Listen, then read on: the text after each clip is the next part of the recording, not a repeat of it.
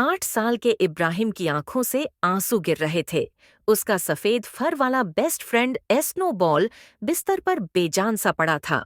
Doctor ने कहा था, मुझे कोई उम्मीद नहीं दिख रही। लेकिन इब्राहिम ने अपने छोटे हाथ उठाए और रोते रोते कहा, या अल्लाह, मेरी स्नोबॉल को ठीक कर दो। वो मेरी एकलौती दोस्त है। रात के 2 बजे अचानक स्नोबॉल की आंखें खुलीं। वो उठा और इब्राहिम के चेहरे को चाटने लगा। माँ बाप की नींद खुली तो वो चीख पड़े, ये तो मुजीजा है। अगले दिन पूरा मोहल्ला इस चर्चा में था। वो कड़क दुकानदार जो हमेशा नमाज के वक्त दुकान खुली रखता था, आज पहली बार जुमे की नमाज के लिए मस्जिद गया।